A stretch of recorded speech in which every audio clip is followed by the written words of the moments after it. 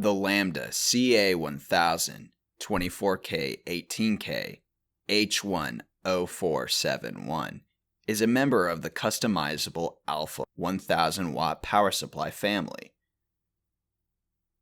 These generic power supplies are customizable in terms of various output values and current capabilities, with the total system power being limited to 1000 watts that the chassis is designed to handle. This particular supply has 3 outputs, with 2 of them being 18 volts and 1 of them being 24, not a common type of arrangement.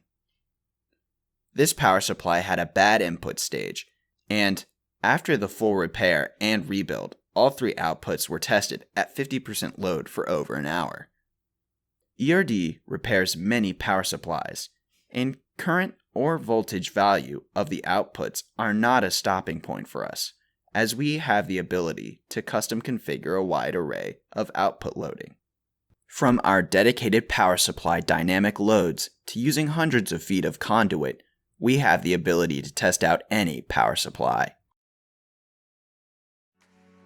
Thanks for checking out the video.